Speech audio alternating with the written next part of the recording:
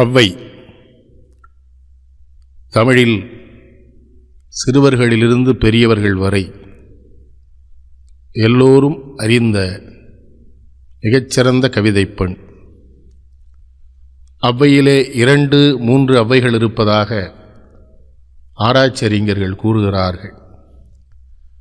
ஆராய்ச்சிகளுக்குள் நுழையாமல் அறிவிற்கு தேவையானவை மட்டும் எடுத்து பயன்படுத்த வேண்டும் என்பது என்னுடைய குறிக்கோள், டிகேசியைப் போல. ஆகவே அவ்வை குறித்த செய்திகளை விட அவர் பாடல்களிலிருந்து அவரை தெரிந்து கொள்ள ஆசைப்படுகின்றவன் நான். சோழ மண்டலத்திற்குள்ளே செல்லுகிறாள். ஒரு வீட்டு திண்ணையிலே அமர்ந்திருக்கிறாள். அந்த வீட்டிலே உள்ளே இருக்கிற பெண் ஒரு மிகச்சிறந்த நடனமணி. அவள் அவ்வையை உள்ளே அழைத்து அவளால் இயன்ற கஞ்சியோ கூழோ குடிக்கிறாள். அவ்வை அதை குடித்துவிட்டு மேலே பார்க்கிறாள். 2 வரி எழுதப்பட்டிருக்கிறது. தண்ணீரும் காவிரியே, தார்வேந்தன் சோழனே, மண்ணாவதும் சோழ மண்டலமே என்று. அதற்கு பிறகு பாட்டில்லை. அந்த பெண்ணிடம் என்ன என்று கேட்கிற பொழுது, என் பெயர் பொன்னி, நான் அரண்மனையில் நடனமாடுகிற பெண். கம்பர் என்னை பாட வேண்டும் என்று எனக்கு தாழாத ஆசை. ஆனால் அவரோ ஒவ்வொரு வரிக்கும் இத்தனை பொன் என்று கேட்கிறாள். என்னால் முடிந்த பொன் இருந்ததை கொடுத்தேன், அதற்கு இத்தனை வரிதான் பாடினார், மீதமும் பொன் தந்தால் பாடுவேன் என்று போய்விட்டார் கவி சக்கரவர்த்தி என்கிறாள். இதற்கெதற்கு பொன் கேட்டார் என்று அவ்வை நினைத்து விட்டு பாடுகிறாள். தண்ணீரும் காவிரியே, தார்வேந்தன் சோழனே, மண்ணாவதும் சோழ மண்டலமே, பெண்ணாவாள் அம்பொற் சிலம்பி அரவிந்த தாள் அணியும் செம்பொற் சிலம்பே சிலம்பு. உன் கால்களிலே அணிகிற சிலம்பு ஒன்றுதான் செம்பொற் சிலம்பு சோழ நாட்டிலேயே, வேறு யார் காலிலேயும் இருப்பது சிலம்பே இல்லை என்ற அந்த பெண்ணை பாராட்டுகிற 2 வரி பாடலை சாதாரண கூழுக்கு கஞ்சிக்கு பாடிவிட்டு அவ்வை புறப்பட்டு சோழனை பார்க்க போகிறாள். போகிற பொழுது நம் நாட்டிலே ஒரு வழக்கம் உண்டு. அந்த காலத்தில் நடந்து போகிறவர்கள் சேலைகளிலே தான், துணிகளிலே தான் பொருள்களை முடித்து போட்டு தோளிலே தொங்க விட்டிருப்பார்கள். அவ்வையின் தோளிலே அப்படி ஒரு தொங்கல் கிடக்கிறது. சோழ மன்னன் கேட்கிறான், என்ன ஔவையாரே தோளிலே கிடக்கிறது? இல்லை, வருகிற வழியிலே 2 குறமக்களுக்கு இடையிலே தகராறு நடந்து கொண்டிருந்தது. ஒருவனுக்கு 2 மனைவி. அதிலே ஒரு மனைவி இன்னொரு மனைவி வைத்திருந்த பலாமரத்தை வெட்டிவிட்டாள். அவள், அம்மா நீங்கள் பாடினால் இறையருள் மிக்கவர்கள், நீங்கள் பாடினால் இந்த பலா தழைக்கும், பாடுங்கள் என்னார். நான் பாடினேன், பலா தழைத்தது. அவர் மூளாக்கு உலக்கு திணை தந்தாள். அந்த திணையை கட்டி போட்டிருக்கிறேன். மறைமுகமாக அவ்வை சோழனுக்கு உணர்த்தி இருக்கிறாள், பொண்ணுக்கு பாடுகிற உன்னாட்டு புலவன் போலல்ல, நான் கூழுக்கும் பாடுவேன், நான் திணைக்கும் பாடுவேன், கம்புக்கும் பாடுவேன் என்று மறைமுகமாக சொல்லுகிறாள். அதுதான் வேறொன்றுமில்லை தோழனே, கூளை பலாத்தழைக்க பாடக் குறமகளும் முழக்குழக்கு திணை தந்தாள். சோழா கேள், உப்புக்கும் பாடி புளிக்கும் ஒரு கவிதை ஒப்பிக்கும் எந்தன் முழம். அது என்ன செய்தி தெரிகிறதா பெரியவர்களே? கற்றவர்கள், அறிவுடையவர்கள், ஏழை எளியவர்களுக்கு பாடுபடுகிறவர்களாக, கற்றவர்களும் அறிவுடையவர்களும் ஏழை எளியவர்கள் சாதாரண திணைக்கூலி தந்தால் கூட வாங்கி கொண்டு அவர்களுக்கு அறிவூட்டுகிறவர்களாக, கல்வி அறிவுமிக்கவர்கள் மிகவும் கீழே இருப்பவர்களோடு உறவாடுகிறவர்களாக தாங்கள் இருக்க வேண்டும் என்பதனை அவ்வை மறைமுகமாக எடுத்து அந்த செய்தியிலே சொல்லுகிறாள். நான் உப்புக்கும் பாடுவேன், புளிக்கும் பாடுவேன், எதற்கும் நான் ஒரு கவிதை பாடுவேன் என்பது மறைமுகமாக சோழனிடம். நான் ஒன்று பொண்ணுக்கு பாடுகிற பெண் இல்லை, பெண்தான் பொன்னை விரும்ப வேண்டும். ஆனால் இந்த பெண்ணோ பொன்னை விரும்பாமல், புகழை விரும்பாமல், ஏழைகளின் தொடர்பை விரும்புவதுதான் ஒரு நல்ல அறிவுடையவர்களுக்கு ஆகிற காரியம் என்று சொல்லுகிறாள் அவ்வை. எத்தனை அற்புதமான செய்தி அது! அது மட்டுமல்ல, ஆத்திச்சூடியின் ஒவ்வொரு விஷயமும் சிறந்த விஷயம். அறம் செய்ய விரும்பு. என்ன சொல்லுவார்கள் இந்த நாட்டிலே? தர்மம் தலை காக்கும் என்பார்கள். நீ நிறைய புண்ணியம் தேட வேண்டும் என்றால் உதவு என்பார்கள். கட்டாயம் பல பேருக்கு உதவினால்தான் உனக்கு புண்ணியம் கிடைக்கும், கடவுள் உன் அருகிலே வரும். அவர் அப்படியெல்லாம் சொல்லவில்லை. அறம் செய்வது புண்ணியத்திற்கென்றோ கடவுளை நெருங்க என்றோ புகழ் பெறுவதற்கென்றோ செய்யாமல் அறம் செய்ய விரும்பு. நீ அறம் செய்து புண்ணியம் தேட என்று செய்யாதே. நீயே விரும்பி என்றைக்கு செய்கிறாயோ அதுதான் அறம். அறம் செய்ய விரும்பு. ஆறுவது சினம். சினம் என்னும் சேர்ந்தாரை கொல்லி இனம் என்னும் ஏமப்புனையச் சுடும் என்று வள்ளுவ பேராசான் சொல்லுவான். ஆறுவது சினம்ங்கிறா. இப்போ எந்த மருத்துவர்கிட்ட போனாலும் என்ன சொல்கிறாங்க? ஐயா உங்களுக்கு இரத்த கொதிப்பு இருக்கா? உங்களுக்கு இந்த உணர்ச்சி கொந்தளிப்பு இருக்கா, ஹைப்பர் டென்ஷன் இருக்கா, கோவப்படாதீங்க, ரத்த கொதிப்பு அதிகமாயிரும், உடம்பை பார்த்துக்கிறங்க, கோவப்படாதீங்க. உப்பு 6வது சினம். சினம் என்ன பண்ணும்? அழிச்சிரும், நட்பை அழிச்சிரும், உறவை அழிச்சிரும், எல்லாத்தையும் அழிச்சிரும். அந்த சினம் எத்தனை வகைப்படும் அதை இன்னொரு பாட்டில் சொல்கிறா. கற்பிளவோடு ஒப்பர் கயவருங்கிறா. கயவர்களோட நட்பு வச்சுட்டேன்னு வச்சுக்க, அதில் சினம் வந்துன்னு வச்சுக்க, கல் 2 உடைஞ்ச மாதிரி அதை சேர்க்க முடியாது. கடும் சினத்து பொற்பிளவோடு ஒப்பாரும் போல்வாரே. பொண்ணு 2 பிளந்துடும், ஆனால் ஊதி சேர்த்துடலாம். அது அது அடுத்த தரம். விற்பிடித்து நீர் கிளிய செய்த வடுப்போல மாறுமே சீரொழுகு சான்றோர் சினம்ங்கிறார். பெரிய மனுஷங்க கோபம் எப்படி தெரியுமா ஐயா? வில்லில் அம்பை பூட்டி தண்ணியில் விட்டேன்னு வச்சுக்க, அது தண்ணியை கிழிச்சிட்டு போகும்போதே தண்ணி சேர்ந்துக்கிறோம். அப்படி பெரிய மனுஷன் சினம் வந்து உடனே அது குணமென்னும் குண்டேறின்ற உடனே சேர்ந்துக்குவான் பெரியவன். 6வது சினம். இயல்வது கரவேல். எவ்வளோ பெரிய செய்தி இது! நான் இப்போ நாட்டில் பார்க்குற மனிதர்கள் நிறைய வசதி இருக்குது, ஒரு நல்ல காரியத்துக்கு போய் கேட்டால் கொடுக்க மாட்டேங்கிறான். அந்த அம்மா சொல்லுது, முடிகிறத செய்யாமல் இருக்காதங்குது. இயல்வது மறக்காத கரவேல். மறைக்காதங்குது, மறைக்காத. சில பேர் சொல்கிறான் எல்லா வசதியும் வச்சுக்கிட்டு ஒரு நல்ல காரியத்துக்கு வந்து நிற்கிறாங்க, சொல்கிறான் நான் ரொம்ப கஷ்டப்படுறேங்கிறான். கரவேலுங்குது அந்த அம்மா. நீ இயல்வது கதை என்னங்குன்னு தெரியுமா? அது நீயே தூங்க முடியாதுங்குது. வச்சுக்கிட்டு இல்லைன்னு சொன்னால் தூங்க முடியுமா நீ? அப்புறம் யோசிப்பான், ஒரு 100 ரூபா கொடுத்துருக்கலாமோ, இல்லை சும்மா ஒரு 50 ரூபாயாவது கொடுத்துருக்கலாமோ, இவங்கெல்லாம் வந்தாங்களா தப்பு பண்ணிட்டோம்னு. அது இயல்வது கரவேல். சரி, உன்னால் முடிஞ்சதை கொடுக்காமல் இருக்கிறது பெரிய தப்புன்னு சொன்னவா, எவனாவது கொடுத்தான்னா அதை போய் தடுத்துட்டு இருக்காதுங்கிறா. ஈவது விளக்கல். நீ தான் கொடுக்கலடா, கொடுக்குறான் பாரு, அதை போய் ஏண்டாது. ஈவது விளக்கேல், உடையது விளம்பேல். நான் யார் தெரியுமா? சொல்லாதங்கிறான். நான் இவ்வளோ பெரிய அறிஞன் தெரியுமா? சொல்லாத. நான் இவ்வளோ பணக்காரன் தெரியுமா? சொல்லாத. என்னை யாரும் அடிச்சுக்கிட முடியாது, சொல்லாத. உன்கிட்ட என்ன இருந்தால் அதை அது என்ன சொல்ல, அதை ஊர் சொல்ல வேண்டும். இந்த பொழுதில் பெரிதுவக்கும் தன் மகனை மற்றவன் சொல்லணும். இவனை போய் நான் யார் தெரியுங்களா, நான் தாங்க இந்த உள்ள பெரிய அறிவாளி, நான் கிட்ட அது சொல்லாதங்க. உடையது விளம்பேல், ஊக்கம் அது கைவிடேல். துன்பம் வரும், கஷ்டம் வரும், எல்லாம் வரும், ஏற்றுக்கணும். ஏற்றுக்கிட்டு எதையும் எதிர்த்து போராடுகிற சக்தி உடையவனாக, எதற்கும் அஞ்சாதவனாக நீ நின்னா நீ ஜெயிக்க முடியும், தோற்ற மாட்ட நீ. இறைவன் எவன்லாம் ஊக்கமுடையவனாக இருக்கானோ அவங்க கூட தான் இறைவன் இருப்பான். இறைவன் அவர்களை சிநேகிதம் செய்து கொள்வான். ஊக்கம் அது கைவிடும். எண்ணெழுத்து இகழேல். பல பேர் படிக்கிறதுக்கு யோசிப்பான். என்னிடம் கூட பலர் கேட்கிறார்கள், நீங்கள் எப்படி இவ்வளோ நினைவு வச்சுருக்கிறீங்கன்னு. அதில் ஈடுபட்டு அதில் உயிரையே வச்சு, உயிரும் உணர்ச்சிகளும் அதோடு ஒன்றி நிற்கிற பொழுது அது உள்ளத்துக்குள்ளே வந்து நின்றுக்கிறோம். அதுதான் அந்த அம்மான்னு சொல்லி எண்ணு எழுத்து இகழேல். அது என்ன வள்ளுவன் சொல்கிறான்? முகத்தை 2 புண்ணுடையர் கல்லாதவருங்க. 2 கண்களை புண்கள்ங்கிறான் வள்ளுவன். எப்போ படிக்கலையா? எண்ணும் எழுத்தும் அதுதானே வள்ளுவன் சொன்ன செய்தி தானே எண் எழுத்து இகழேல்னா. அடுத்து தான் எனக்கு ஆச்சரியம், ஏற்பது இகழ்ச்சி. பல பேர் சொல்கிறான், சரி கொடுங்கிறா, கொடுக்கறது கடமைங்கிறா, கொடுக்குறவனை தடுக்காதங்கிறா, வாங்காதங்கிறாளேன்னு. ஏற்பது இகழ்ச்சின்னு சொன்னது யாருக்கு சொன்னால் தெரியுமா? எல்லா செல்வங்களையும் வச்சுக்கிட்டு சமூகத்தில் எவன்கிட்டேருந்து எல்லாமும் வாங்கலான்னு வாங்குறானே அவனை ஏற்பது இகழ்ச்சிங்கிறான். ஏழைகிட்ட சொல்ல ஏற்பது இகழ்ச்சி இல்லை. யாருக்கு சொல்கிறாத? சில பேர் ரொம்ப வசதியாக இருப்பான், அப்படி மேற்கொண்டு ஏதாவது புதுமைக்கிட்டேருந்து வர்ற துட்டுக்கிட்டு அதை வாங்கணும், தான் வாங்கி வச்சுக்கணும், அதில் பணம் வருதா பாரு, இதில் பணம் வருதா பாரு. இந்த சில பேர் எழுதி போட்டு நிறைய பணம் வாங்குவோம், அங்கேருந்து கிடைக்கும், இங்கேருந்து கிடைக்கும், வெளிநாட்டிலேருந்து உதவி, அது இவனுக்கு எல்லா வசதியும் இருக்கும், வாங்குவான் பாரு. அந்த ஏற்பது இகழ்ச்சி. உன்ட்ட எல்லாம் இருக்குல்ல, அப்புறம் போய் இன்னொருத்தர் போய் ஏற்க கையை ஏந்திரின்னு வாங்குறியே, அது தப்பு இல்லையா? அது எத்தனை பேருடைய வாழ்க்கையை, வாய்ப்பை, யாருக்கோ போக வேண்டிய உதவியை நீ தடுக்கிற ஏற்பது இகழ்ச்சி. ஐயம் இட்டு உண். இது ஒரு பெரிய விஷயம். யாவருக்குமாம் இறைவருக்கு ஒரு பச்சிலைன்னு சொன்னான். அப்போதான் யாவருக்குமாம் உண்ணும்போது ஒரு கைப்பிடி அன்னம்ங்கிறான் திருமூலர். நீங்கள் சாப்பாடு போட்டு ஒருத்தனை சாப்பிட வச்சு பார்க்குற சுகம் இருக்குது பாருங்கள், உலகத்தில் வேறு எதுலையுமே கிடையாது. இந்த ஐயம் இட்டு, அதில் இன்னொரு தெளிவான விஷயம் பாருங்கள், ஐயம் இட்டு உண். இப்போ நம்ம நாட்டில் என்ன பண்ணுறான், பழசு மிஞ்சினது அள்ளி போடுறான், அவன் ஒத்துக்க மாட்டேங்கிறே, அது தப்பு. இது என்னடா எச்சியலை போடுறேன், அப்போ நீ எச்சியலைங்கிறா. எச்சியலை எவன் போடுறான ஏழைக்கு அவனே ஒரு எச்சியல் இல்லைங்கிறா. நீ அவனுக்கு முதல்ல போட்டு நீ சாப்பிட்னா, நீ செய்ததில் நல்ல பொருளை பூரா பசிச்சு வந்தவனுக்கு போட்டேன்னா, நீ தினசரி உனக்கு பசி இல்லை.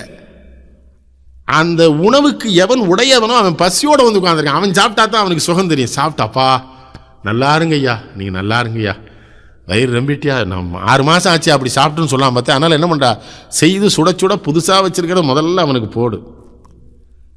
இதில் பெரிய செய்தி வச்சுருக்காங்க அவ்வை. ஐயம் போடுறியா, சாப்பிட்றத பார்க்குறியா, அவன் அப்படியே கண்ணெல்லாம் மகிழ்ந்து அப்படியே சாப்பிட்றானா, அப்போமே தான் உன் பசி நிரம்பிடுமாடாங்கிற. அதை பார்த்தாலே பசி ஆறிப்போமே, அது எவ்வளோ பெரிய விஷயம். அப்போ ஐயம் விடு, அதுக்கப்புறம் ஏதாவது இருந்தால் உண்ண தோணாது. ஏன்னா அவன் சாப்பிட்டதை பார்த்தாலே உனக்கு வயிறு நிரம்பி இருக்கும். ஐயம் ஒப்புற ஒழுகு. உன்கிட்ட என்ன இருந்தாலும் சமுதாயத்தோடு பகிர்ந்து தந்து வாழுகிற வாழ்க்கையை நீ வாழு. இன்றைக்கு பள்ளிக்கூடங்களில் பூரா சொல்லிக் கொடுக்க வேண்டியது ஆத்திச்சூடி. நம்ம சொல்லிக் கொடுக்குறோமா இல்லையான்னு எனக்கு தெரியல, நான் சொல்லிக் கொடுக்கணும். இது சொல்லிக் கொடுத்தா அந்த நம்முடைய வருங்கால சந்ததிக்கு நம்ம வேறு எதுவும் சொல்ல வேண்டாம். அவள் அதில் சொல்லுகிற ஒவ்வொரு விஷயங்களும் எத்தனை சொல்லிட்டு வருது அந்த அம்மா. அடுத்து சொல்லுது, உடம்புக்கு வைகரை துயிலெழு. இப்போ நாங்களாம் இந்த வயசில் ஆரோக்கியமாக இருக்குன்னா காலையில் எழுந்திரிச்சிருவோம். 4:30 எழுந்திரிச்சோன்னா நடப்போம், 1 மணி நேரம் நடப்போம், 1 மணி நேரம் உடற்பயிற்சி, உடம்பை சரியாக வச்சுக்கிறது. என்கிட்ட பல நண்பர்கள் எப்படின்னு தலைநரைக்கல எவ்வளோ நல்லா இருக்கீங்களோ வைக்கணும். அது வைகரை துயிலெழுன்னு அவையை படித்ததுனால. அதோட வைகரை நுண்மை நுகரல்னு அடுத்து. நுண்மை நுகரல்ங்கிறது என்ன தெரியுதா? இப்போ நம்ம டாக்டர்கள் சொன்னால, சார் எண்ணெயில் பொரிச்ச பண்டத்தை வேணாம் சார், விட்டுருங்க சார், ஆயில் சப்ஸ்டன்ஸை விட்டுருங்க, இந்த இடையில குறிக்கிறதெல்லாம் நிறுத்துங்க சார், அது உடம்புக்கு நுண்மைங்கிறது அதுதான். நுண்மை நுகரல். இந்த சிற்றுண்டி சின்ன சின்ன பண்டம் எண்ணெயில் பொரிச்சு அது பொரிச்சு அதை அடிக்கடி சாப்பிடாது, அது உடம்பை கெடுத்துரும். நீங்கள் நம்ம அந்த காலத்தில் நம்ம பெரியவங்க எவ்வளோ அறிவாக இருந்த உணவும் உடம்பும் அது சம்மந்தப்பட்டு சிந்திச்சிருக்கான் பாருங்கள். நுண்மை நுகரல். அடுத்து ஒரு அடி அடித்தா மீது ஊன் விரும்பேல்ங்கிறான். சிலவர் அள்ளி அடைச்சிருவான் சாப்பாடு. நீங்கள் பார்க்கலாம், உட்காந்து பக்கத்தில் உட்காந்து சிலவர் பக்கத்தில் நம்ம உட்காந்து சாப்பிட நமக்கு வெக்கமாக இருக்கும். எல்லாத்துக்கும் ஒரு இலை சோறு தான். பருப்புக்கும் ஒரு இலைச்சோறு, சாம்பாருக்கும் ஒரு இலைச்சோறு, மோர் குழம்புக்கும் ஒரு இலைச்சோறு, பாயாசம் ஒரு இலை ஃபுல்லாக வச்சுமா மீதூன் விரும்பேல். இப்போ சொல்கிறான்ல அதுக்கு கொழுப்புங்கிறாங்கல்ல. நம்ம யாராவது ஒருத்தரை பார்த்து, ஐயா உங்களுக்கு கொழுப்பு கூடி போச்சுன்னா அடிச்சு விடுவோம். ஆனால் டாக்டர் சொன்னால் கேட்டுக்கிறான், உங்களுக்கு ரொம்ப கொழுப்பு அதிகமாகிடுதுங்கிறார் மருத்துவர். ரொம்ப சந்தோஷமாக. அதுக்கு 500 ஃபீஸ் வேறு. 500 வாங்கிட்டு உங்களுக்கு ரொம்ப கொழுப்பு கூடி போச்சு சாருங்கிறாரு. ஆமாம் சார் கூட்டிட்டு தான் செஞ்சு என்ன செய்யலான்னு கேட்குறான். இதே இது நம்ம சொன்னோம், இங்கே சண்டை வந்துடும், அருவாளை தூக்கிறோம். யாரை பார்த்து கொழுப்புன்னு சொன்னேன்? இதுக்கு 500 கொடுத்து கேட்குறான் டாக்டர். அது எதனால? மீதுவும் விரும்பேல். இப்போ உலகம் பூரா அழகி போட்டி நடத்துகிறாங்க, அழகிகள் கலந்துக்கிறாங்க. உலக அழகிகள்னாலே அப்படி இல்லை, நம்ம ஒல்லியாக ஒரு மாதிரி கச்சலா அந்த உடம்பு ஒரு அமைப்பாக வச்சுருக்காங்க. எதனால எப்படி? அந்த உண்டி சுருங்குதல் பெண்டிற்கழகு. எப்படின்னு சொல்லிடுது அந்த அம்மா. உண்டி சுருங்குதல் உணவில் சொல்லுது அந்த அம்மா. உண்டி சுருங்குதல் பெண்டிற்கு அழகு. அதோடு நிறுத்துச்சா? கற்பனப்படுவது சொல்திறம்பாமை. தமிழர்கள் இப்போ பண்ணிட்டு இருக்கிற மிகப்பெரிய தவறில் ஒரு தவறு, கற்புன்னா உடல் சார்ந்ததுன்னு ஒரு பெரிய முட்டாள்தனமான செய்தி அந்த நாட்டில் சொல்லியிருக்கான். அந்த அம்மா தெளிவாக சொல்லுது, உடல் சார்ந்தது இல்லைடா கற்பு. அப்போ கற்புனா என்னதுமான்னு சொன்ன சொல் மாறாமல் இருக்கிறது கற்புங்குது அந்த அம்மா. அது பெண்களுக்கு மட்டும்தானா? இல்லையே. கற்பனப்படுவது சொல்திறம்பாமைங்கிற வார்த்தையை நீங்கள் எல்லாருக்குமே பயன்படுத்தலாமே. அது ஆண்களுக்கும் தானே. அது சொன்ன சொல் மாறினவன் கற்பனந்தவன் தானே. அப்போ அந்த அம்மா ஔவையார் சொன்ன வழியில் பார்த்தா கற்பனப்படுவது சொல்திறம்பாமை. இன்னும் காவல் தானே பாவையர் கழகு. சிறை காக்கும் காப்பு எவன் செய்யும் நாவன். காவல் தானே பாவையர் கழகுங்கிறது நம்ம பூட்டி வைக்கிறது அந்த அம்மா சொல்ல. அது அவளை சிறை காக்கும் காப்பதில்லை, அவளை பார்த்துக்கிறது. இத்தனை செய்திகளை ஒரு பெண்ணு எந்த காலத்தில் எப்போ சொல்லியிருக்கிறான்னு நினச்சி பாருங்கள். எத்தனை செய்தி அவள் சொல்லுகிற ஒவ்வொரு செய்திகளும். அவட்ட போய் ஒரு ஆள் கேட்குறான், நான் பெரிய ஆள். அப்படியா? சரி ரொம்ப பெரிய ஆளா? ஆமாம். எப்படி பெரிய ஆளுங்கிறீங்க? நான் பெரிய பொறியியல் வல்லுனர், பெரிய பெரிய வீடுகள்லாம் கட்டிகிட்ருக்கேன். அப்படியா? மகிழ்ச்சி. ஒரு வான்குருவி கூடு செய்யுங்களேங்குது அந்த அம்மா. பெரிய டெக்னாலஜிலாம் தெரிஞ்ச ஒரு இன்ஜினியர் வான்குருவி கூடு செய்ய முடியுமா? அந்த வான்குருவி தேர்ந்தெடுக்கிற பொருள் இருக்குது பாருங்கள். மழை வெயில் எதிரி அது கெட்டுப்பாது அந்த கூடு. அந்த வான்குருவி அமைப்பு, அந்த கூட்டுக்குள்ளே தண்ணி புகாது. அது அப்படி ஒரு வடிவம் அமைச்சிருக்கும். அது இரவு நேரங்களில் மின்மினி பூச்சி இருக்குது பாருங்கள், அதை பிடிச்சி கொண்டு தான் கூண்டுக்குள்ளே வச்சு அதை லைட் வச்சுக்கணும். அது அந்த வான்குருவி இரவு எவ்வளோ வான்குருவி கூடு உன்னால் செய்ய முடியுமான்னு கேட்குதுந்தால் அப்படியே முறிக்கிறார். வான்குருவியின் கூடு வல் அரக்கு தொல் கரையான் தேன் சிலம்பி யாவருக்கும் செய்யறிதால். கரையாம்புத்து செய்ய முடியுமா? திரைப்படத்தில் கரையாம்புத்து மாதிரியே இருக்குமானவளே அது கரையான்புத்து ஆகாது. தேன்கூடு செய்ய முடியுமா? செய்யறிதால் யாம் பெரிதும் வல்லோமை என்று வலிமை சொல்ல வேண்டாங்கான், எல்லாருக்கும் ஒவ்வொன்று எழுதுங்க. நான் பெரியவன் நீ பெரியவன் சொல்லாத. நீ ஒரு விஷயத்தில் பெரியவராக இருப்ப. இப்போ கிரிக்கெட் விளையாடுறவன் ஃபுட்பாலில் பெரிய ஆளாக இருக்க முடியாது, ஃபுட்பால் விளையாடுறவன் பேஸ்பாலில் பெரிய ஆளாக இருக்க முடியாது. யாருக்கு ஒவ்வொன்று பெருசு. அதனால் நான் பெருசுன்னு யார்ட்டையும் பேசிடாத. இது யார் சொல்கிறா? ஔவையார் சொல்கிறா. இன்னொன்று சொல்லுது, பசி ரொம்ப ஆபத்தான விஷயம். எனக்கு அந்த அம்மா மேலே பெரிய மரியாதையே. வறுமை கூடாதுன்னு நான் எப்போ சிந்திச்சிருக்கிறேன். இப்போ உலகம் முழுவதும் இந்த மனித குலத்துக்குன்னு அமைப்பெல்லாம் வச்சுக்கிட்டு அந்த கருப்பர் நாடுகளில் குழந்தைகள்லாம் சாப்பாடு இல்லாமல் இருக்கான்னு அழுறான். அப்போ சொல்லியிருக்கிறான். என்ன சொல்கிறா? கொடிதுடாங்கிறான். கொடியது என்னதுன்னு கேட்குறான். கொடிது என்ன சொல்கிறா? வறுமை கொடிது. அதனினும் கொடிது இளமையில் வறுமை, அதனினும் கொடிது ஆற்றொணா கொடுநோய், அதனிலும் கொடிது அன்பில்லா பெண்டீர், அதனிலும் கொடிது இன்புற அவர்கையில் உண்பது தானே. ரொம்ப அந்த அம்மாவுக்கு வருத்தம் என்னன்னா, வறுமை கொடிதுன்னு ஒத்துக்குது. அந்த வறுமையில் எது ரொம்ப கொடிதுன்னா இளமையில் வறுமை. இப்போ நம்ம எங்கேயாவது சின்ன குழந்தைகள் பசியில் எங்கேயாவது ரோட்டில் நிற்கிறான், கையேந்துறான்னா அதை பார்க்க நம்ம நல்ல மனசு தாங்குதா? அவள் எதை சொல்லியிருக்குது? இளமையில் வறுமை. அது சொல்லுது பசி வந்தால் எல்லாமே போயிருண்டா குழந்தடா. அது எதுக்கு சொல்ல வருது? திருட போயிடுவான், கொள்ளையடிக்க போயிடுவான், சமூக விரோதி ஆயிடுவான், சமூகத்தில் தப்பு பண்ணுவான். இதுக்கு அத்தனைக்கும் காரணம் பசி. அந்த பசியை தீக்காமல் அரசாங்கங்களும் ஆட்சிகளும் எதுக்குன்னு கேட்குது அந்த அம்மா. பசியை தீரு, சமூக விரோத செயல்களே நாட்டில் இருக்கா, தீக்கலையே நீ. மானம், குலம், கல்வி, வன்மை, அறிவுடைமை, தானம், தவம், முயற்சி, தாளாண்மை, தேனின் கசிவு வந்த சொல்லியர் மேல் காமுறுதல், இப்பத்தும் பசி வந்துட பறந்து போகும். மானம் போயிடும், குலம் போயிடும், பெரிய அறிஞனாக இருப்பான், கல்வி போயிடும், வள்ளலாக இருந்திருப்பான் போயிடும், வன்மை அறிவுடைமை போயிடும், தானம் கொடுத்துட்டே இருந்திருப்பான் போயிடும், தவம் போயிடும், முயற்சி எங்கே முயற்சி? பசி. தானம், தவம், தாளாண்மை போயிடும். தேனின் கசிவு வந்த சொல்லியர் மேல்.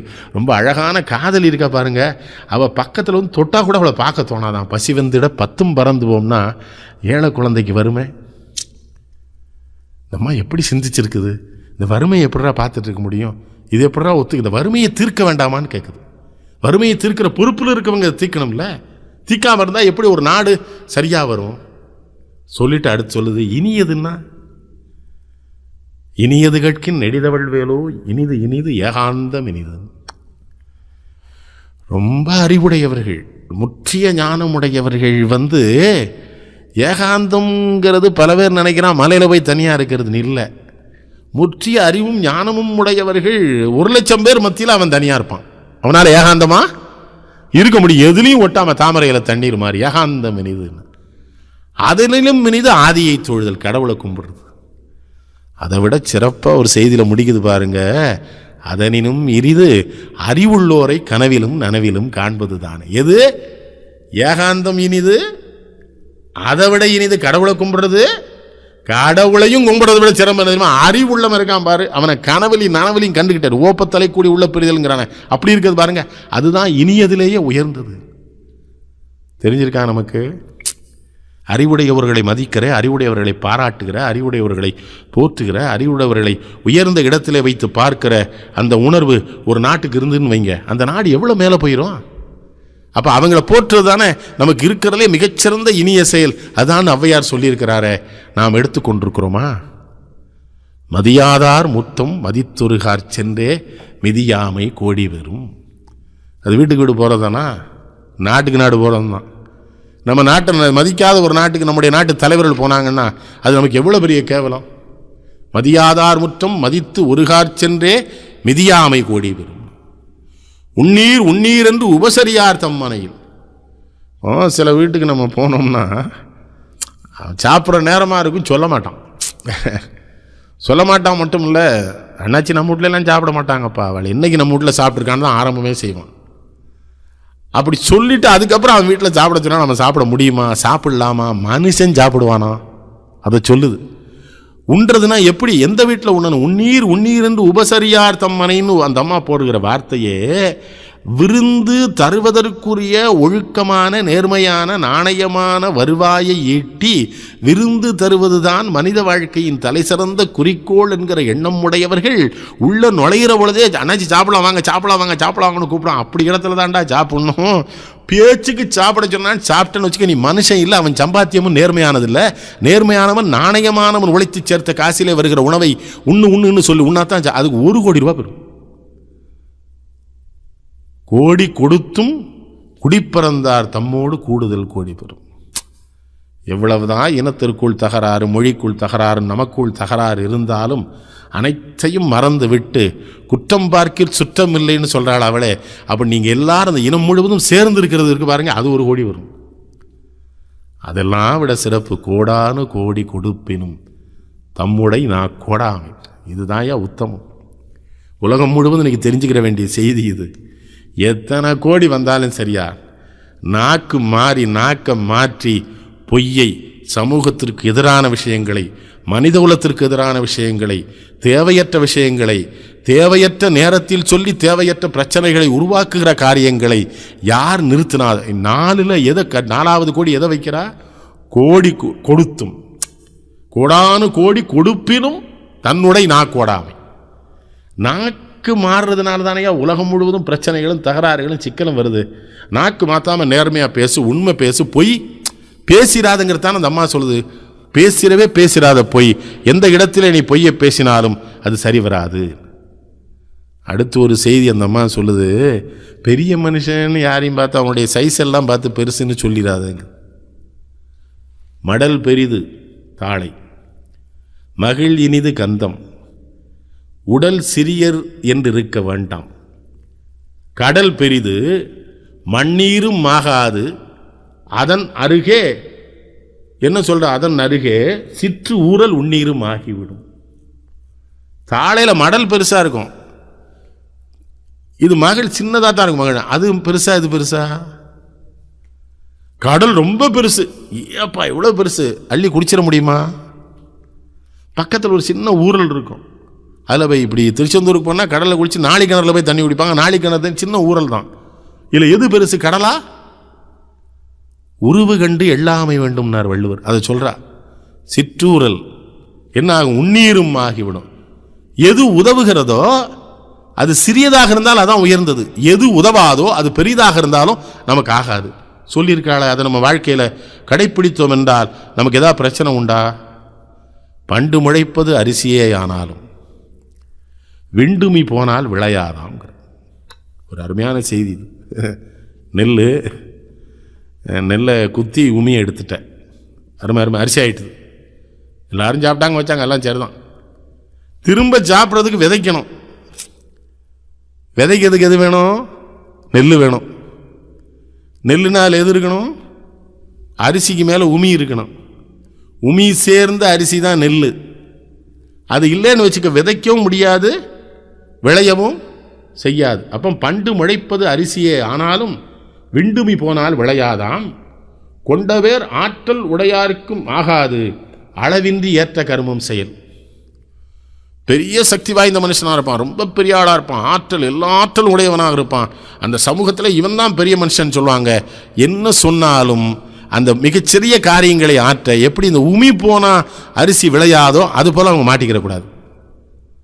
அப்படி ஒரு சிந்தனை. எப்படி ஒரு உமி, நம்ம சாதாரண உமியும் போத அடுப்பில் போட்டு நம்ம பொம்பளைங்க அந்த தீ தள்ளுறதுக்கு அந்த உமியை பயன்படுத்துவா. அதுக்கப்புறம் அந்த அம்மாவுக்கு ரொம்ப ஒரு சங்கடம் வருது. ஏன்னா ஊராக சுற்றுறவங்க அந்த அம்மா, அங்கங்கே கிடைச்சது சாப்பிட்டாங்கங்க படுத்து எந்திரிச்சு போகிறவங்க. அவங்க ஒரு நாள் பார்க்குறாங்க, இந்த வயிறு தானே இவ்வளவுக்கும் பிரச்சனை. ஒரு நாள் உணவை ஒளியென்றால் ஒளியாய், 2 நாளைக்கு ஏலென்றால் ஏலாய், ஒரு நாளும் என் நோய் அறியா இடும்பைகூர் என் வயிறே உன்னோடு வாழ்தல் அரிதுங்கிற. இப்போ என்ன பண்ணலாம்? இப்போ ஒரு 3 நேரம் சாப்பாடு 1 நேரம் சாப்பிட முடியுதா? அந்த வயிறு ஏற்றுக்குதா? சரி. 1 நேரம் சாப்பிடாமல் இருக்கேன்னா ஒத்துக்குதா? ஒத்துக்கலை. என்ன 1 நாள் உணவை விடுனாலும் விட மாட்டேங்கிற. சரி, இங்கே எல்லாம் வசதியாக இருக்குங்க, ஒரு 2 நாளைக்கு ஏற்றி உள்ளே வச்சுக்கோ ஒட்டகம் மாதிரினா ஒத்துக்கிற மாட்டேங்கிற. உன்னை வச்சுக்கிட்டு நான் எப்படி வாழ முடியும்? இடும்பைகூர் என் வயிறே உன்னோடு. அதாவது பசி பிணி எவ்வளவு பெரிய பிணி. இரவு நேரம் மலைக்கு போகிறாங்க, பயங்கர மழை, நனைஞ்சிட்டாங்க, வயது காலம்.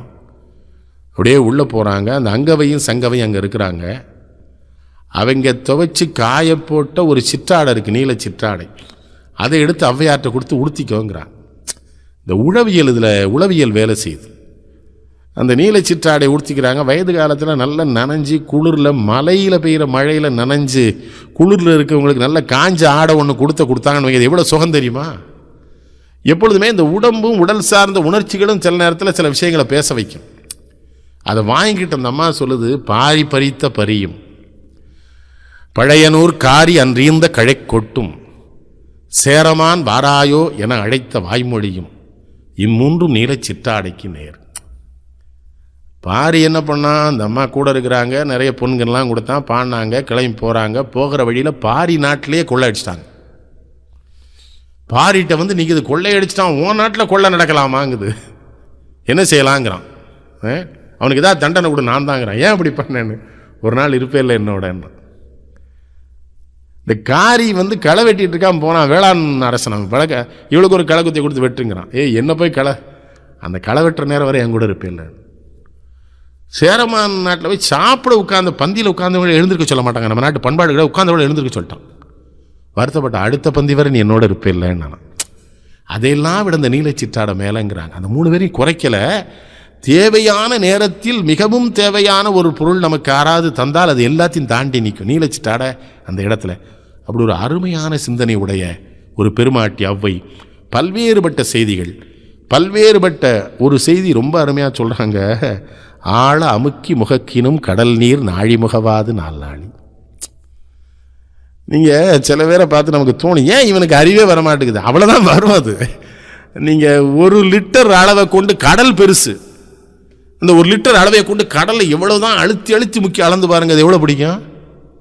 எவ்வளோ பெரிய செய்தி அந்த அம்மா எளிதாக சொல்லலாம். ஆழ அமுக்கி முகக்கினும் கடல் நீர் நாளி முகவாது நாளி தோழி நிதியும் கணவனும் நேரு படினும் தந்தம் விதியின் பயனே பயன்.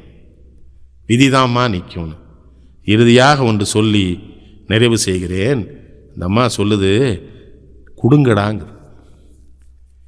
மறைச்சி வச்சா என்ன ஆகும்னு. ஈயாறு தேட்டை தீயார் கொள்வர் நம்ப நடியாருக்கு நல்கா திரவியங்கள் பம்புக்காம் பேக்காம் பரத்தையர்க்காம் வம்புக்காம் கள்ளர்க்காம் கொள்ளைக்காம் காவுக்காம் கோவுக்காம் கள்ளர்க்காம் தீக்காகும் காண்குது. வம்பா தாண்டா போகும் இந்த பணம்.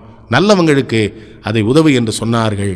அறம் செய்ய விரும்பு என்று சொன்ன ஔவையின் வழியிலே நாம் நடந்தால் மனிதர்களாக வாழலாம்.